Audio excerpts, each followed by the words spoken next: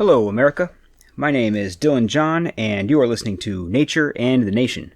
This podcast uses the format of a book review to explore the intersection of philosophical naturalism with paleoconservatism within the framework of the revitalization of the Republican Party. We will be exploring politics, philosophy, psychology, and sociology through a wide variety of books published both recently and historically. Thank you for tuning in.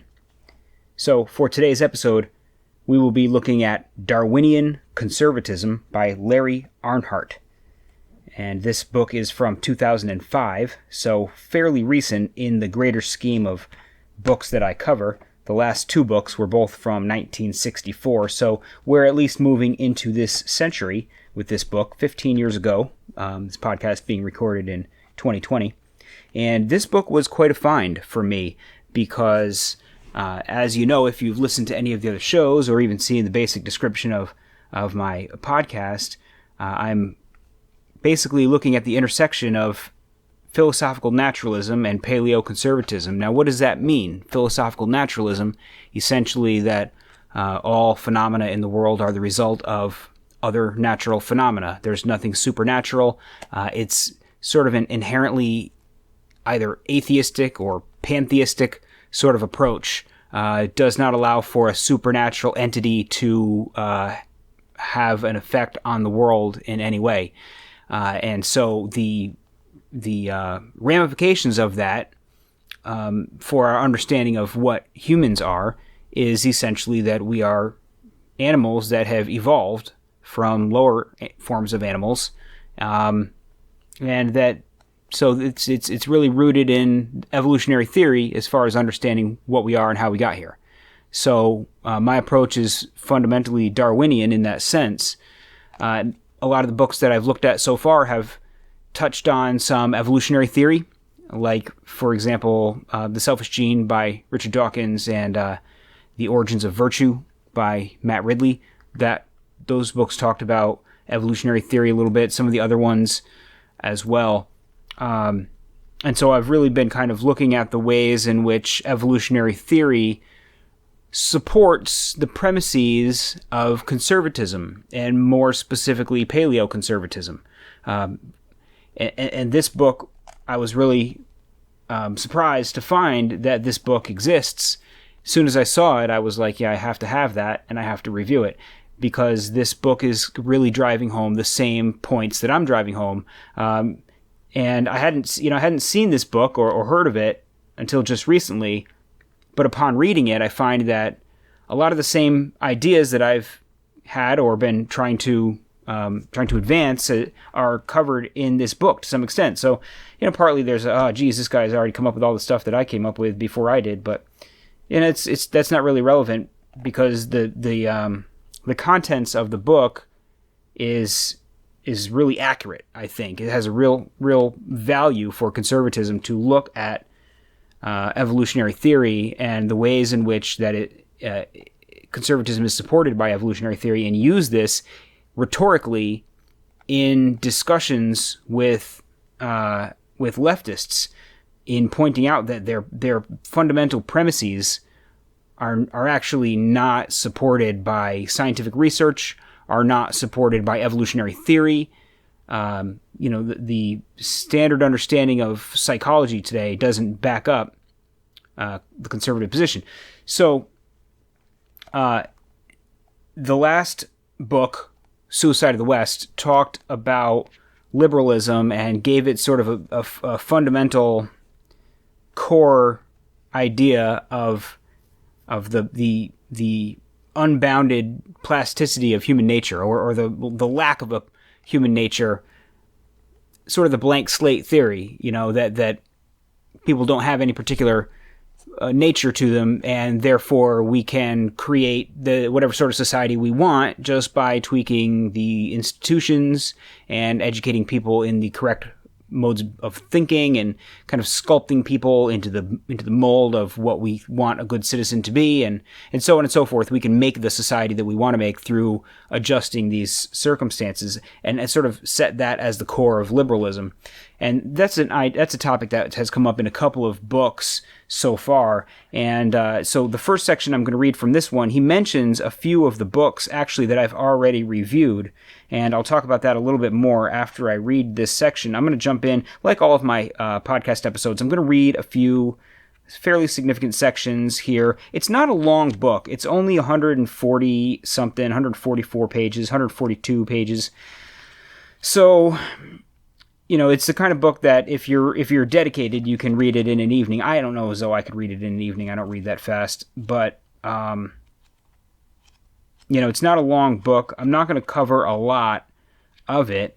There's a lot of it that I'm going to skip over. He talks about he basically puts forward 5 chapters that each talk about the ways in which Darwinism is compatible with conservatism, and then he has 5 more chapters when he addresses criticisms, generally criticisms from conservatives as to why Darwinism is not actually a viable basis for conservative positions. I don't think I'm going to cover anything from the latter portion, those latter 5 chapters, when he talks about the criticisms. He talks about like intelligent design a little bit, and I don't want to really get into that. I really just want to touch on some of the stuff in the early part of the book. I think the last section that I'm going to read from is on page 51. So, I'm not getting into a good portion of the book at all.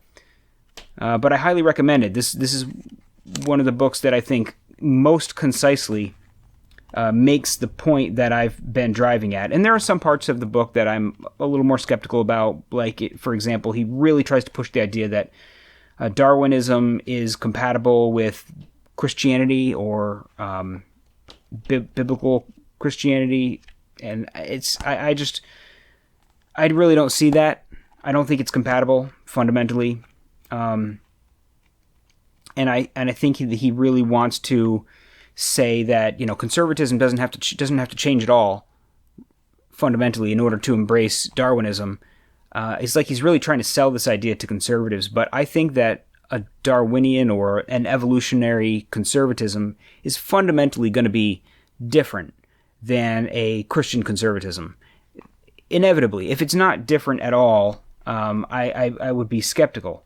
So for me, it's just going to have to, if it's going to be honest, it's going to have to be a little bit different. Anyway, I'm going to get in and read this first section. It's not very long. This is from the introduction, actually. Haven't even gotten to chapter 1 yet, but in the introduction he talks a little bit about some of the books that I've read and it kind of puts forward the basis of his idea. So in this section he says, quote, "Believing in human perfectibility, leftists assume that social order arises best through rational planning.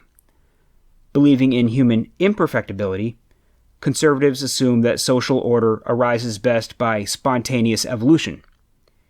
The first step toward Darwinian conservatism is to see how Darwinian biology confirms conservatism's realist vision of human imperfectibility, and denies the left's utopian vision of human perfectibility. Conservatives believe that there is a universal human nature. They believe that this nature is imperfect because human beings are limited in their knowledge and their virtue. They believe that these natural limitations on human nature cannot be changed by social engineering, and therefore they believe that any successful social order is constrained by this imperfect human nature." Russell Kirk spoke of conservatives as being contemptuous of the notion of human perfectibility. He wrote, "Conservatives are chastened by their principle of imperfectibility. Human nature suffers irredeemably from certain faults the conservatives know. To aim for utopia is to end in disaster. The conservative says we are not made for perfect things. All that we reasonably can expect is a tolerably ordered, just, and free society, in which some evils, maladjustments, and suffering continue to lurk. By proper attention to prudent reform, we may preserve and improve this tolerable order. Quintin Hogg, Lord Hailsham, in his classic book on British conservatism, affirmed that conservative belief that since man is an imperfect creature with a streak of evil as well as good in his inmost nature, a utopian society of perfected human beings is impossible. And so the best we can strive for is a limited government with a balance of powers, in which the public good is attained by the interplay of rival forces. Darwinian biology confirms these conservative beliefs by explaining how such an imperfect human nature arose from the evolution of the human species. By contrast, those on the political left, socialists and welfare state liberals, have a utopian vision of human nature as perfectible. They believe that human nature is largely a social construction that can be perfected by rational social planning. And although they might believe that Darwin was right about the biological evolution of the human body, they also believe that the human mind has capacities for rational planning and cultural change that liberate human society from the constraints of biological nature. And then, shortly after, he goes on to say, quote, Thomas Sowell's A Conflict of Visions surveys the history of ideological debate over the last 2 centuries as showing a fundamental contrast between the constrained vision and the unconstrained vision, which corresponds to my distinction between the realist vision of the political right and the utopian vision of the political left. In Sowell's analysis, those with the realist vision of life believe that since the moral and intellectual limits of human beings are rooted in an unchanging human nature, a good social order must make the best of these natural limitations, rather than trying to change them. But those with a utopian vision of life believe that since the moral and intellectual limits of human beings are rooted in social customs and institutions that are changeable, the best social order would arise from rationally planned reforms in these customs and institutions that would perfect human nature. Sowell shows that those with the realist vision see social processes, such as families, markets, morality, and government, as evolved rather than designed. They assume that there is more wisdom inherent in evolved social traditions than in the articulated rationality of particular individuals. The unplanned evolution of social traditions serves the common good only as an unintended consequence of the interactions of individuals acting for their individual interests. But those with a utopian vision scorn such unplanned evolution because they think that social decisions can and should be deliberately designed by rational planning to promote the common good. Those with the realist vision believe that any such attempt to promote the common good through deliberate social planning is both futile and dangerous. Futile because the limitations on human knowledge make this impossible, and dangerous because the limitations on human virtue make this unwise. Those with the utopian vision look to technical rationality to provide final solutions to human problems, while those with the tragic vision look to prudential judgment to make trade-offs between competing goods or between lesser and greater evils. On the side of the realist vision, Sowell places thinkers such as Edmund Burke, Adam Smith, Alexander Hamilton, Friedrich Hayek, and Milton Friedman. On the side of the utopian vision, he places thinkers such as William Godwin, Jean-Jacques Rousseau, Thomas Paine, John Kenneth Galbraith, and John Rawls. The realist vision was manifested in the British Revolution of 1688, in the American Revolution of 1776, and in the framing and ratification of the American Constitution. The utopian vision was manifested in the French Revolution of 1789 and in the Russian Revolution of 1917. Although there is some fuzziness in the ideological division, those with the realist vision are predominantly on the political right, while those with the utopian vision are predominantly on the political left. Darwinian science is on the side of the realist vision of the conservative tradition. As Sowell indicates, the central idea of the realist vision is evolution, the idea that social order is spontaneously evolved rather than rationally designed. Hayek understood this, and he saw that Darwin's theory of evolution by natural selection grew out of the social theory of evolved spontaneous order that was developed by Adam Smith and others in the Scottish and British Enlightenments. Steven Pinker, in his book The Blank Slate, shows how modern biological research on human nature confirms the insight of the realist vision that there is a universal human nature that is enduring and that cannot be radically changed by social reform. The biological sciences of human nature support Darwinian conservatism. End quote. Okay, so those books, Thomas Sowell's book, A Conflict of Visions, and Steven Pinker's book, The Blank Slate, those are books that I reviewed fairly early on in this podcast series because I recognized in them the same sort of dichotomy. And in here, he presents this as the realist versus the utopian. I've talked about the same thing in the constrained and the unconstrained vision of Thomas Sowell, and also in the distinction between Edmund Burke and Thomas Paine that Yuval Levin makes in his book, The Great Debate. It's the same thing that could be taken back to Plato as the utopian versus Aristotle as the realist. And it's the same thing that William James talked about in his book, Pragmatism, between the tender-minded and the tough-minded. The tender-minded being the utopian and the tough-minded being the realist. It's like the same as empiricism and rationalism. Very similar. Not exactly the same. These dichotomies, they're not always precisely the same from one set to the next, but there's kind of a theme that runs along here between the existence of human nature, the observation of the world, and our knowledge about human nature being gained through observation versus a rationalist idea that is more disconnected from the facts of reality, that constructs a logical system that may be internally coherent, like the description of liberalism that was presented in James Burnham's book, The Suicide of the West, that I reviewed last episode, where the whole system he describes, the 19 points he describes, it's all logically consistent, but the point where it touches the facts on the ground, the point where it touches reality, which is in its first premise of the infinite pliability of humanity, is a disconnect, and therefore every other component is wrong. So that's that same dichotomy that he is bringing into the conversation here.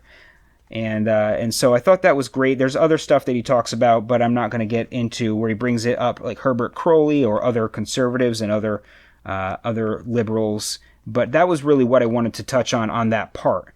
And then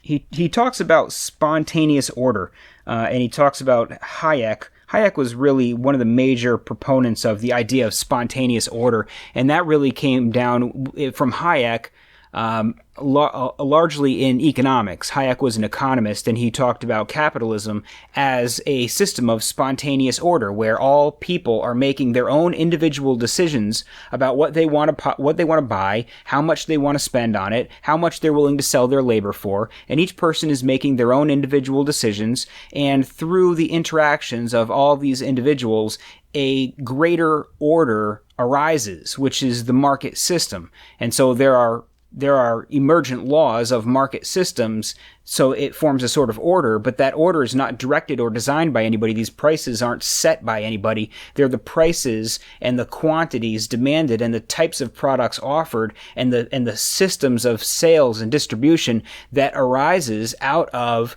the massive number of individual decisions being made. So that's the sort of spontaneous order. And then Edmund Burke talks about that spontaneous order as well in the sense of tradition, how every generation just takes what they've received and makes little changes to it, and every person makes these little changes. And language, he talks about language in this as well as a spontaneous order, where nobody ever designed any of the languages that we use in the world. They all emerged spontaneously, and they adjusted and changed spontaneously through minute adjustments. Nobody ever really feels like they're changing the language, but bit by bit the language changes by the ways that we use the words, the ways that we pronounce the words. You know, new syllables get added, letters get dropped off, and language changes over time spontaneously. And so language arose spontaneously, and it changes spontaneously through these subtle evolutionary forces. So spontaneous order is an evolutionary process. And so human biology, human traditions, markets, and many other things that form as a result of spontaneous order have a greater level of stability. They have more wisdom and intelligence embedded in them because they contain bits and pieces of the decisions of many, many people over the course of many, many different circumstances. And they become more flexible in dealing with changing circumstances because they've seen all of these various changing circumstances before. So I'm really interested in this idea of spontaneous order and how it relates to evolutionary theory and how it relates to conservatism. So I'm going to move on to the next section. He starts talking in Chapter 1. Chapter 1 is called 3 Sources of Ordered Liberty. And so he talks about spontaneous order and the 3 types of orders that exist in the world and that exist in societies and the nature of them. He calls them nested, 3 nested orders: natural order, customary order, and rational order. And so essentially natural order is like our human nature, the ways of the world that are not determined by us, the mechanisms of the human brain and the human biology. And then customary order are the traditions and the civilizational norms and mechanisms and institutions that we make. And that is nested in the sense that the customary order is dependent upon the natural order, so that the customary order must conform to the laws of the natural order. And then there is reasoned order. He calls it rational order, and the rational order is nested within the customary order, so that people's rationality and reason has boundaries that is set by the customs. And so that's a pretty interesting concept. So I want to read a little bit. He talks about spontaneous order and about these principles a little bit here. He says, quote, "A spontaneous order is an unintended order. It is a complex order that arises not as the intended outcome of the intelligent design of any mind or group of minds, but as the unintended outcome of many individual actions to satisfy short-term needs. Spontaneous order is designed without a designer. Language, for example, is a spontaneous order. Language is a highly complex instrument for oral communication that has emerged from the verbal activity of millions of people over thousands of years, without anyone having intended the outcome by deliberate design. So, for instance, those of us who speak English have inherited our language as a customary legacy of a long history of linguistic practices, and each of us contributes to the evolution of the English language by every utterance we make, without being able to predict or to intend the outcome. Our language has been enriched by a few great minds like William Shakespeare and the translators of the King James Bible, and by the many small minds of ordinary people in ordinary speech. Some people might think that our English language would be better if we had a committee of English linguists who could reform our language from the top down, but the proponents of spontaneous order doubt that that is either possible or desirable. People who compile dictionaries, people who write textbooks of English grammar, and people like William Safire who criticize contemporary English usage can have some influence on the future of English, but their influence will only be a small part of a complex cultural evolution in which every speaker of the language contributes something." In 1951, Michael Polanyi originated the term spontaneous order as applied to an unintended but complex order that arises from the mutual adjustment of individual things or people. Hayek began to employ Polanyi's term in 1960, but the idea of a spontaneous order was first elaborated by 18th century Scottish philosophers, particularly Adam Ferguson, Adam Smith, and David Hume. Burke adopted this idea in arguing that social order arises best from the gradual evolution of customs over many generations, rather than from the rational design of some social reformer. Spontaneous order is the fundamental insight in the conservative view of liberty. It is often assumed that any complex order in human society requires centralized planning and rational direction in which some people give orders and others obey. but conservatives maintain that an order consistent with liberty arises from the mutual adjustment of individuals and groups acting for their own interests and free from the specific commands of a central authority. Although libertarian conservatives and traditionalist conservatives disagree on some issues, they agree in affirming the importance of spontaneous order. Libertarians follow Smith in stressing the spontaneous order of free markets. Traditionalists follow Burke in stressing the spontaneous order of customary practices. Both sides see spontaneous order as the only way in which social order can be achieved in a manner that is compatible with individual liberty. Hayek's thought shows the fusion of libertarianism and traditionalism through the notion of spontaneous order. Darwin employed this idea of spontaneously evolving order to explain the evolution of complex structures and processes in living things through random heritable variation with selective retention by natural selection. Hayek repeatedly draws attention to Darwin's debt to the Scottish school's understanding of spontaneous order. Hayek also employs Darwinian reasoning in explaining the evolution of liberty. In a recent book on Hayek's thought, Alan Ebenstein notes that Hayek's father and his paternal grandfather were biologists and that Hayek's thinking was influenced by Darwinian science throughout his life. Ebenstein concludes that his work was in large part an attempt to apply the truths of natural physical evolution to society. More clearly than any other conservative thinker, Hayek prepares the way for Darwinian conservatism. End quote. So, yeah, that's kind of, what I was just talking about. I haven't read or reviewed anything by Hayek as of yet. I do have a book by Hayek, The Road to Serfdom, and I definitely want to read and review it at some point, but, I've got so much on the bookshelves. But understanding that he was so adamant about spontaneous order, and I think spontaneous order is so important to a naturalistic understanding of conservatism, I think I'm definitely going to have to start diving into Hayek in some of these upcoming episodes.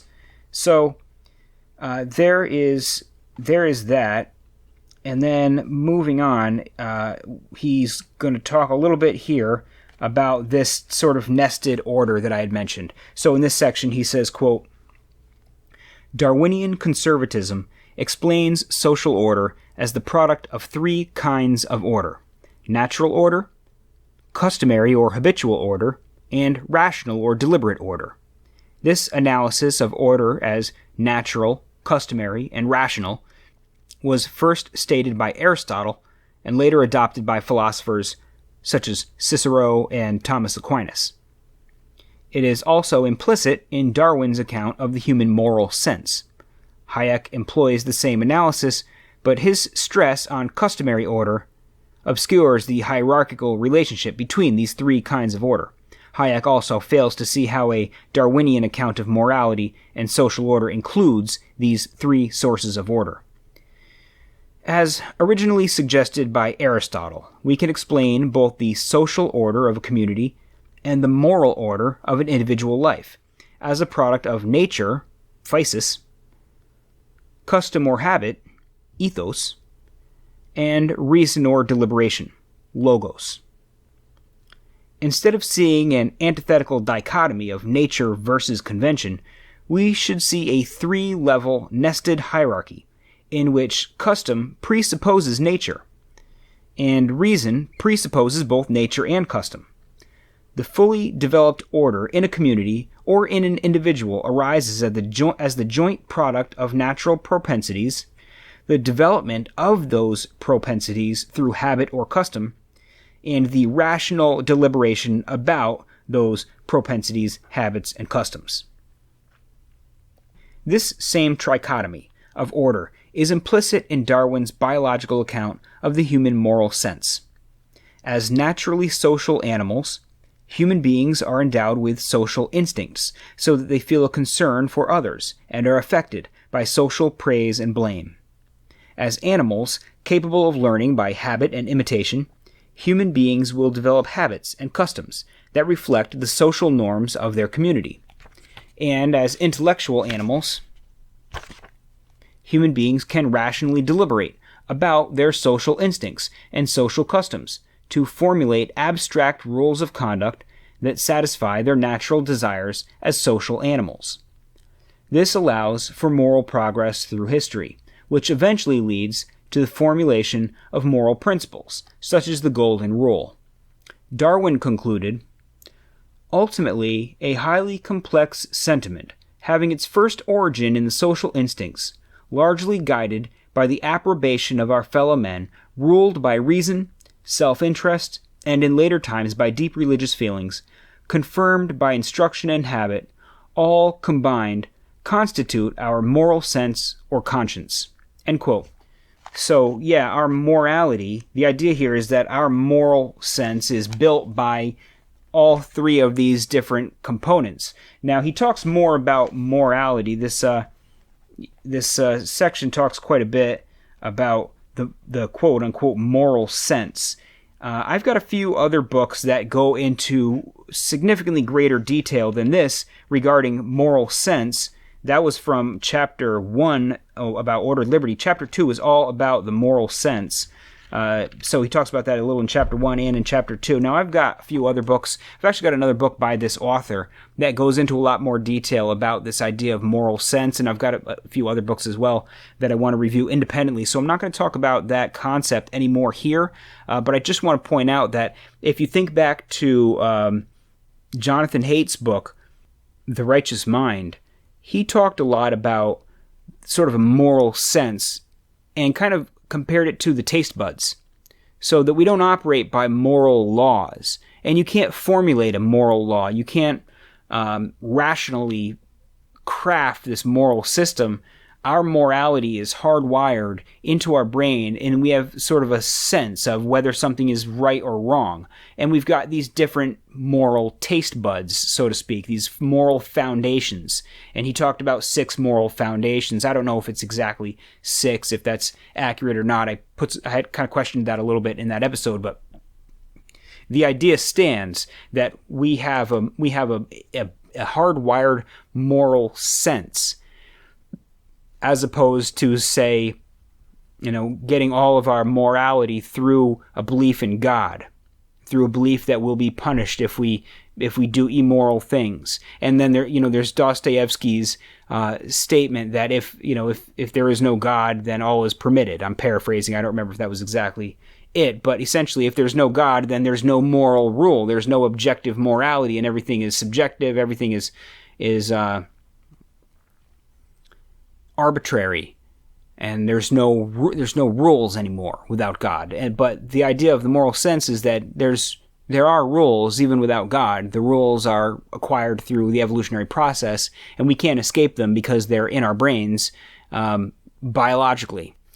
So anyway, like I said, I'm not going to go into that in any more detail because I want to save that for a few other important books.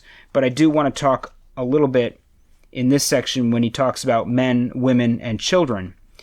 And he talks about family, and then he talks about the differences between men and women. So I'll start off here where he talks about the family. So he says, quote, ever since Plato's Republic, utopian thinkers have seen marriage and family life as obstacles to overcome on the way to building a just society that would be rationally designed to promote the common good. By contrast, conservatives have recognized familial attachment as the natural root of all social emotions. We begin our public affections in our families, Edmund Burke observed. The family is the first of those little platoons in which social feeling is first cultivated before it is extended to wider circles of attachment. To be attached to the subdivision, to love the little platoon we belong to in society, is the first principle, the germ, as it were, of public affection. It is the first link in the series by which we proceed toward a love to our country and to mankind. Burke worried that the leaders of the French Revolution were promoting a scheme for educating the young, influenced by the ideas of Jean-Jacques Rousseau. For Burke, it was revealing that the French revolutionaries were erecting statues to a philosopher who had abandoned his illegitimate children at foundling hospitals. Benevolence to the whole species and want of feeling for every individual with whom the professors come in contact form the character of the new philosophy. Burke thought that this reversed the order of natural feelings that human beings shared with other animals, whose offspring required parental care. The bear loves, licks, and forms her young, but bears are not philosophers. Against Rousseau, Burke quoted Cicero, "A desire for children is natural, for if it is not, there can be no natural tie between man and man. Remove that tie, and social life is destroyed." Adam Smith agreed with Burke about the biological tie of parent to child as the natural root of social order. In laying out the order in which individuals are recommended by nature to our care and attention, Smith saw a natural series of concentric circles of social attachment radiating outward from the individual. Every human being is first and primarily inclined by nature to care for himself. Every person is better able to care for himself than any other person, because he feels his own pleasures and pains more clearly than those of other people. His own pleasures and pains are the original sensations, while his fellow feeling for the pleasures and pains of others are the reflected or sympathetic images of those sensations. After himself, each person naturally feels the strongest sympathetic attachments to the members of his own family and most strongly to his children. This is natural, because nature instills the instinctive desires for self-preservation and propagation of offspring to promote the two great ends of nature, survival and reproduction. Like other animals, whose offspring cannot survive without parental care, human beings are formed by nature to feel instinctive desires for sexual mating and parental care. The natural order of social sympathy beyond parental attachment to children follows in a series of steps from stronger to weaker, to embrace siblings, first cousins, second cousins, people in the same neighborhood, friends, people bound together by reciprocal ties of generosity and gratitude, and finally, respect for the great and fellow feeling for the miserable. In each case, affection arises naturally from habitual sympathy. People develop affection for one another when they are habitually brought together by the circumstances of life. In laying out the order in which societies are by nature recommended to our beneficence, Smith saw an extended social order of nature, by which we love our country because it comprehends all those individuals for whom we feel the strongest affections, our children, our relatives, our friends, and so on. Our love for our own country is prior to our love for mankind. This led Smith to agree with Burke in criticizing the French revolutionaries for suggesting that universal benevolence and devotion to the rights of man might override patriotic attachment to one's own country. While Burke and Smith saw social order as naturally rooted in the animal instinct for parental care of offspring, Darwin showed how such social instincts could develop by natural selection in evolutionary history. The feeling of pleasure from society, Darwin suggested, is probably an extension of the parental or filial affections, since the social instinct seems to be developed by the young remaining for a long time with parents, and this extension may be attributed in part to habit, but chiefly to natural selection.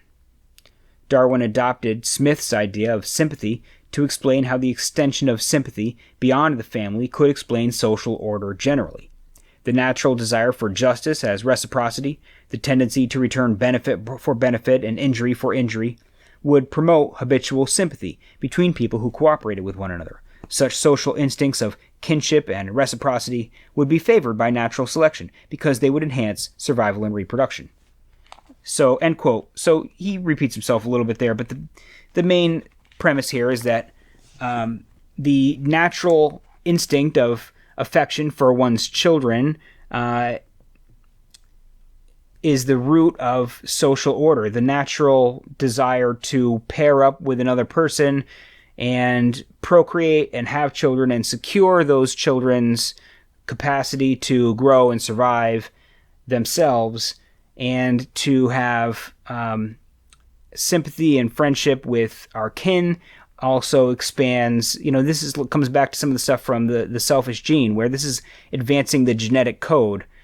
Your family members, the more closely someone is related to you, the more genetic code you share with that person, the more beneficial it is to your own genetic code to because these codes they share the same code as you, so that code is advanced when your kin survives and thrives. And there are these concentric circles out from there where people are either less distantly related to you or they don't have the regular interactions with you. I mean, obviously we have sympathy for people who are not just our kin, but these are people that we have interactions with, reciprocal interactions, the sort of reciprocal interactions that allow societies to function, that allow groups to cohere. And also, if you're around, especially in like evolutionary times, if you're around mostly people who are your close kin, then you can probably just develop a general sense of sympathy with other people, and that will automatically be applied most frequently to your own kin members, your own kin group. So the feelings of moral sympathy and whatnot, the moral codes and virtues that we have all come through evolutionary processes.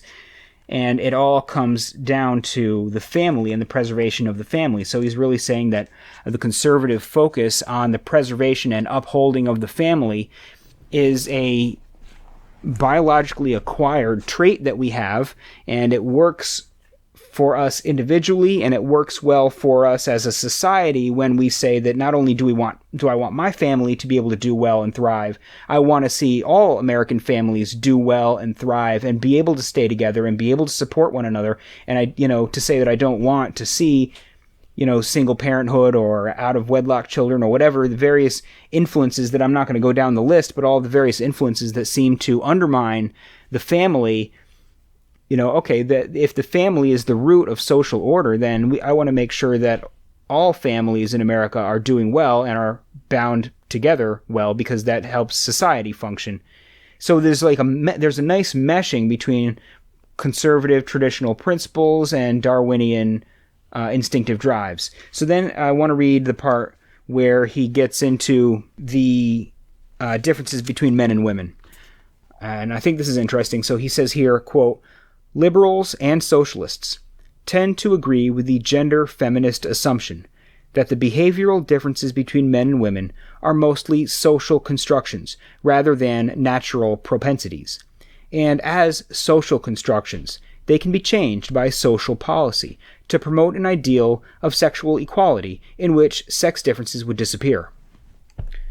But conservatives are inclined to believe that many of the traditional differences between men and women manifest differences in their biological nature that cannot be radically changed, and that the attempt of social policy to bring about an androgynous society must bring emotional harm and social disorder. To support this stance, conservatives have often adopted Darwinian arguments about how evolution by natural selection has shaped the biological differences between men and women. Men have evolved to be more aggressive, dominant, and sexually promiscuous than women, while women have evolved to be more nurturing and more inclined to childcare. Men compete with other men for sexual access to physically attractive women, while women compete with other women for marriage to men willing and able to invest resources in their children.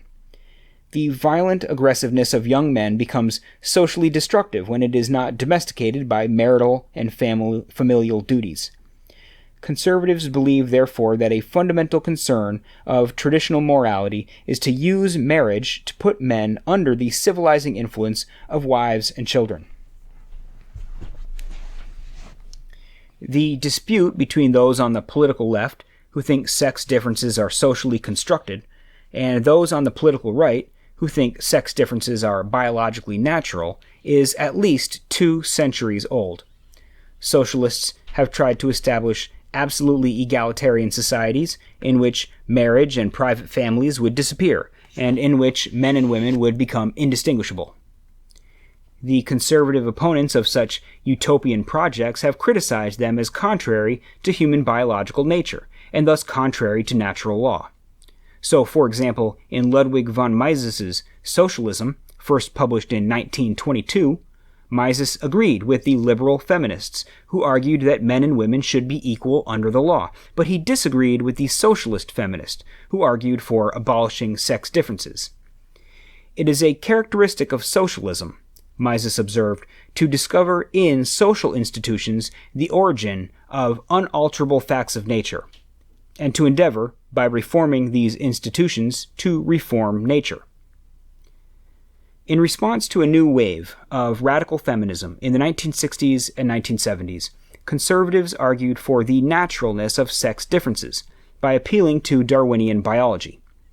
In the early 1970s, books by Stephen Goldberg and George Gilder on the biological nature of sex differences supported the traditional more conservative morality of sex and marriage.